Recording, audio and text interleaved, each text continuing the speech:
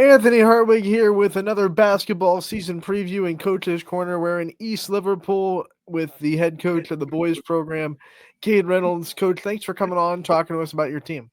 Absolutely. Thanks for having me. So before we get into all the exciting stuff that's coming on this year, let's just have a little recap of last year and some of the lessons that you think the returning players could learn from last year's experience. I think we made a good playoff run. We have a lot of guys that are coming back, but we also had a lot of seniors last year. So these guys got to kind of sit back and watch and learn from that experience. I think one of the big takeaways from losing the district finals was strength. We have to get stronger. So I think that was one of the biggest differences in that game was strength and conditioning. And I think we realized that that's one of our biggest weaknesses. Having the returning players now step into a role of leadership after you graduated, like you said, a good core of seniors. What's that been like to see these kids now take a little bit more responsibility as leaders now that they're seniors as well? It's been great. We have 9 different seniors. A couple of them have played a lot of varsity minutes since they were sophomores. They're leaders on and off the court, so they've kind of stepped into that role pretty well. Let's meet the team. Let's go through your roster, talk about the players that we're going to be seeing on the Potters court this year, and maybe some new faces as well. Okay. Varsity wise, starting with a freshman, we got Dre Brown going to dress for us. Dre brings a lot of ball handling to the table. Even though he's young, Dre handles his business well with the older guys. So I'm looking forward to see what Dre's future has.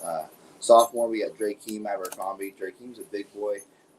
Was hurt last year, so he got a late start to the season. He fractured his back in football. But when he come back, he just dominated the glass, dominated the paint in the JV level. So I'm excited to see what Dre Keem has. We only have 2 juniors this year with Elliot Fitch and Maddox Roach. Um, Maddox is going to bring the energy on defense. Maddox is a track star, so he kind of never really runs out of that energy. Elliot's a forward for us. Elliot's going to be able to stretch the floor a little bit. He's going to get on the glass and rebound and hopefully block some shots. And then we go to our deep senior roster. Owen Fredericks is a guy who played a lot of JV for us last year. Owen handled the ball a good bit in the JV game. Owen can shoot it. He's going to play defense. He's going to be a great piece for us. And then we just have athlete after athlete when it comes to Julius Jones, Gavin Wright, Blake Atkins. Guys are just going to get after it in all phases of the game, anywhere we need them to, whether it's offense, defense, diving on the floor. All 3 of those guys are going to bring a lot of different things to the table. Blake and Gavin both have just motors that don't stop. They're just going to go the whole game. Big boy wise, we have Deshaun Kirby in the paint. Deshaun's going to plug up the paint for us. He's going to rebound for us. Deshaun's going to touch the ball a lot, and I think Deshaun's going to be a force to be reckoned with, like he was on the football field. I think he's going to show he can hoop too. And then our guard situation, Quentin Conrad and Cohen Pease, both very alike, but both very different in how they play the game. What I mean by how they're alike is they're both great leaders on and off the floor. They both bring the energy. They hold our team accountable. They hold me accountable as a coach. Q gets after it on defense. He's probably one of the best perimeter defenders I've ever seen. He takes the ball to the hoop strong. We got to get him scoring the ball a little bit more. But as far as defense, he's going to be our anchor for sure. And then Cohen Pease is just a flat-out shooter. Cohen can shoot it with the best in the state. He works on his game more than anybody I know. Cohen's just a hard worker. He loves basketball. And our last wing guy is going to be Nate Birch, who, again, is just a flat-out shooter, man. Nate can just stroke it. He puts the ball in the hoop. Hopefully this year we get him going to the rim a little bit more, get him to sit down in the stance and play some defense. I think we're going to be tough, man. I think we're going to be tough to beat. Let's talk about that schedule that you're going to be tough in. We'll start with the league slate that you guys have. Talk about the conference you play in and how you expect it to shake out this year. So league-wise, we're actually back in the Buckeye 8 again this year.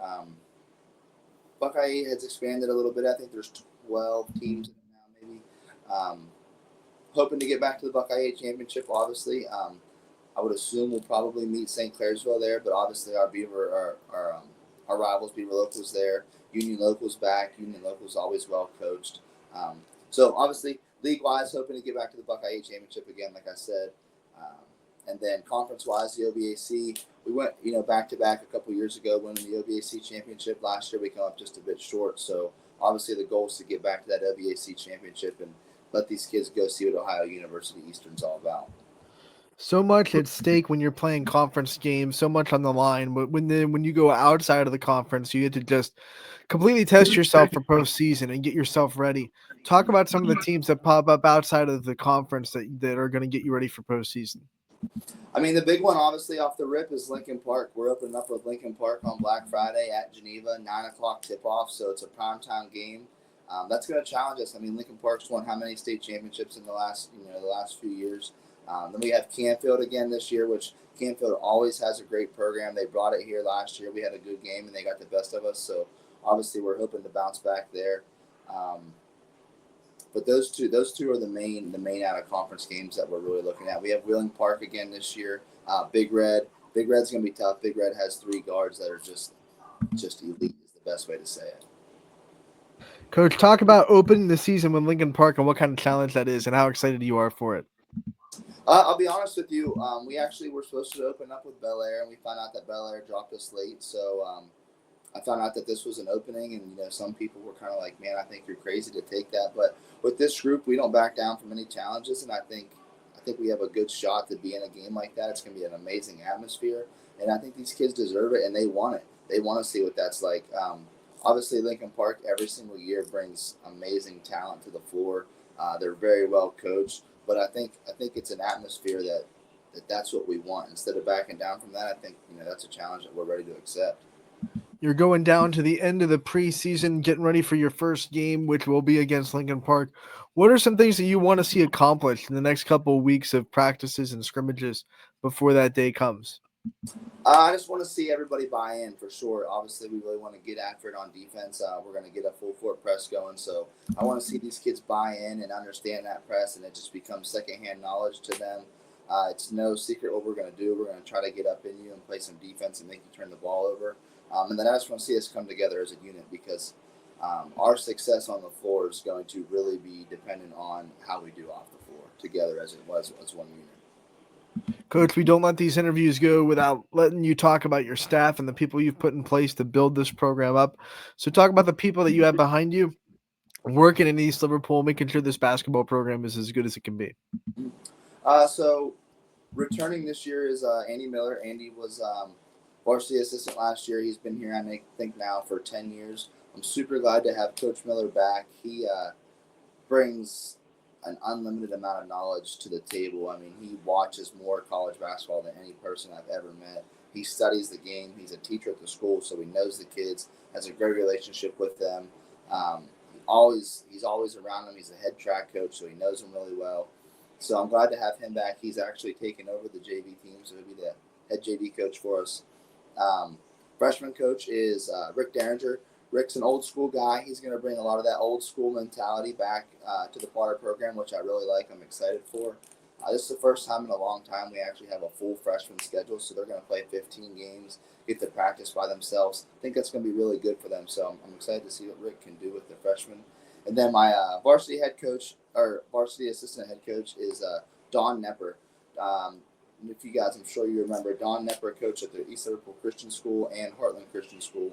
He's won multiple state championships, multiple national championships, has coached some high level players, and he's been in a lot of high level games. So he's forgotten more about the game than I even know. So I'm excited to see what we can bring to the table.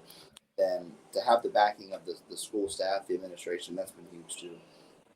Coach, with a lot of schools struggling with numbers this year, how fortunate are you to have enough freshmen to come out to have, like you said, a full freshman schedule? What kind of a blessing is that for you as a coach of this program? Honestly, it's been great. It was almost to the point where like, what do we do with all these kids during tryouts? But it was a good thing to have. I mean, we have a full, like I said, full freshman schedule, full freshman roster. We're going to dress 13 freshmen and take them to every freshman game, and then we still have enough, for a full JV team, full varsity team, and that's great. That's what you want to see. I mean, last night we had our Potter primetime meet the team. We had everyone from kindergarten through 12, and numbers look great, and the future looks good for the Potters. It really does. Yeah, I was about to ask, what does that mean for the future? How excited are you for the next 4 years of Potter basketball when you'll have such a big class of people keep coming up, filtering through the years? Yeah, I mean it's every coach's dream, really. I mean, obviously, besides just this junior class where there's two of them plus a foreign exchange student, I mean, Next year, the seniors will be slim, but after that, the numbers look great, and it only makes you more excited for the future. I mean, the seventh grade group's loaded, the eighth grade group's loaded, the fifth and sixth grade group's very talented. I'm very active with the youth program, so I get to see those kids and kind of build that relationship now. And man, I'm just licking my chops to see what we got, for the future. Coach, we're excited for the season. We can't wait to see you out there covering you guys. We wish you the best of luck, and we'll talk to you real soon. Awesome, sir. Thank you very much. I appreciate it.